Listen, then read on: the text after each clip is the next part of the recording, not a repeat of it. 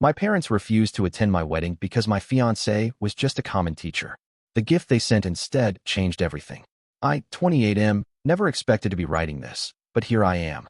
For context, I grew up in what you might call a traditional household. My parents are wealthy, well-connected people who've spent their lives climbing social ladders and maintaining a certain image. I was raised with expectations about career, lifestyle, and especially who I should end up with. When I met my fiancée 3 years ago, I knew almost immediately she was the one. She's brilliant, kind, and makes me laugh like no one else can.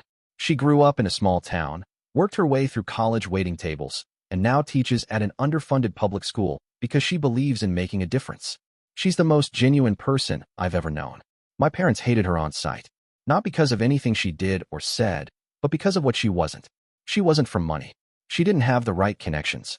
Her parents were hardworking people who ran a small hardware store. She didn't fit the image they had cultivated.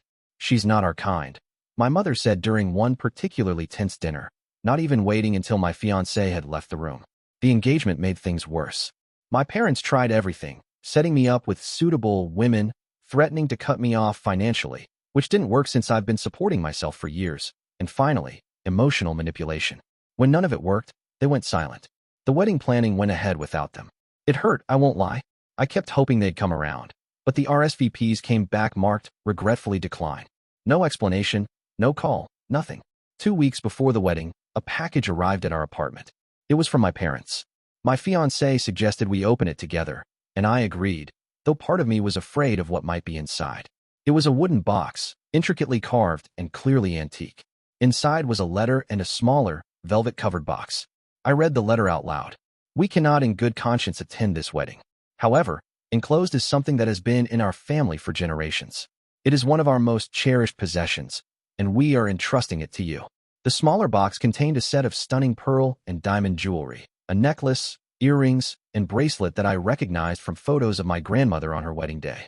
According to family lore, these had been passed down for 5 generations. I was speechless. My fiancée looked at me with tears in her eyes, understanding the significance before I could explain it. They're beautiful, she whispered, carefully touching the pearls. But I can't accept these if it means they still don't accept us. The next day, I drove to my parents' house unannounced. My mother answered the door, surprised to see me. Why? I asked simply, holding the jewelry box. She invited me in, called my father down, and we sat in the formal living room where I'd spent countless awkward family gatherings. These are meant to be worn by the woman who marries into our family, my mother said carefully. It's tradition. But you won't come to the wedding, I replied. You won't meet her family. You won't even give her a chance. My father cleared his throat. We've had time to reflect. Sending those, it was your mother's idea. She said if we truly believe in family legacy, we need to recognize that you're part of that legacy, and your choices are your own. So this is what? A consolation prize? A way to ease your conscience. My mother's expression changed. It's an olive branch. We made a mistake. We were wrong about her, about you, about what matters. I didn't believe them. Years of conditioning had taught me that my parents didn't admit mistakes. Why the change of heart? My father pulled out his phone and showed me a series of emails. My fiancé had been writing to them weekly for months, not begging for acceptance, but simply sharing stories about our life together, her work with students, funny anecdotes about me that showed how well she knew and loved me. She'd never mentioned these emails to me. The last one was sent the day before the package arrived. I know you may never accept me, and that breaks my heart for your son, but I want you to know that I will always keep the door open. Family means everything to me, and like it or not, we're going to be family. I hope someday you'll want to be part of our lives. Your son is an incredible man, and that speaks volumes about the people who raised him. My mother wiped away a tear. We were so caught up in what we thought was best that we couldn't see what was right in front of us. She loves you in a way that, well, it made us question everything. My father looked uncomfortable, but added, we'd like to come to the wedding, if you'll still have us. I was stunned. Years of disappointment made me cautious, but something felt different this time. I need to talk to my fiancée, I said finally. This affects her too. When I got home and explained everything, showing her the emails my father had revealed, she smiled sadly.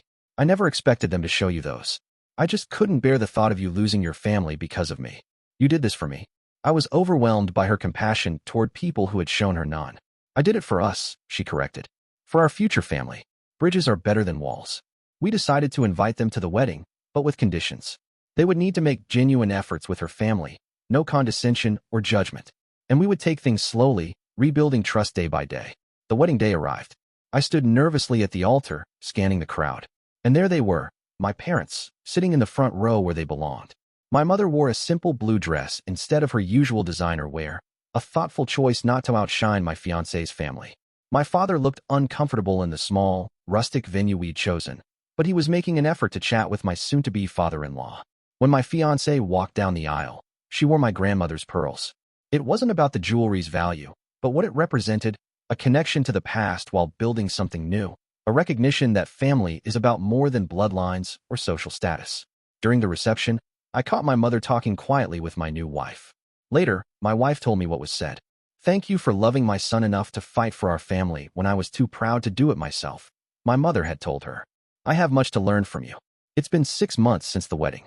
Things aren't perfect. There are still awkward moments and old habits that die hard. But last weekend, we had dinner at my parents' house, and my mother asked my wife for her mother's recipe for the pie she'd brought to Thanksgiving. My father and my father-in-law have discovered a shared interest in woodworking. Small steps, but meaningful ones. The gift my parents sent changed everything, but not because of its monetary value. It changed things because it forced all of us to confront what family really means. Sometimes the most valuable heirlooms aren't things at all, but the courage to break cycles and create something better. My wife wears those pearls on special occasions now. When she does, they seem to glow with new meaning, not as symbols of status or tradition, but as reminders that people can change when love gives them reason to.